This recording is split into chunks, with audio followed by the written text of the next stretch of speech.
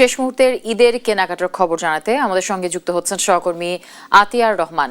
আতিয়ার, ঈদের কেনাকাটায় ভিড় কেমন দেখছেন?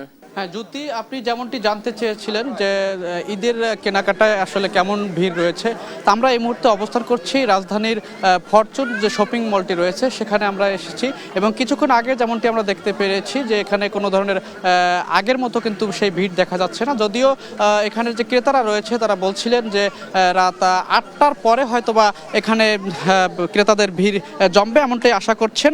তবে আমরা কিছুক্ষণ আগে কিন্তু বিশেষ করে নারীদের যে শপিং মল রয়েছে সেখানে গিয়েছিলাম এবং দেখতে পেরেছি যে সব দোকানেই কিন্তু নারীদের ওইভাবে কোনো ভিড় দেখা যাচ্ছে না। অর্থাৎ ক্রেতারা যেমনটি আমাদেরকে বলছিলেন যে নারীদের যে পছন্দের পোশাকগুলো সেগুলো কিন্তু অনেক আগেই কেনা হয়ে গেছে।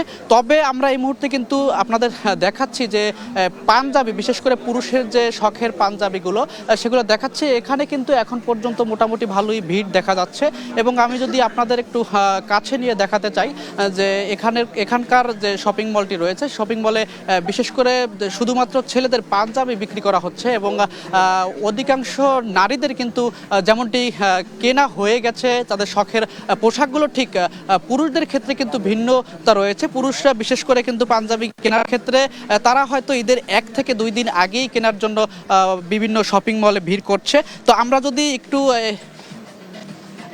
যদি এখানকার যে ক্রেতা যিনি বিক্রেতা রয়েছে তার কাছে যদি একটু জানতে চাই যে আসলে তার বিক্রি কেমন হচ্ছে।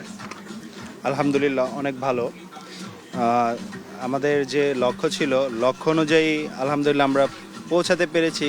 হয়তোবা বিজনেসম্যান কখনোই বলবে না যে তার লক্ষ্য সে পুরোপুরি অতিক্রম করছে, তবে আল্লাহর কাছে অশেষ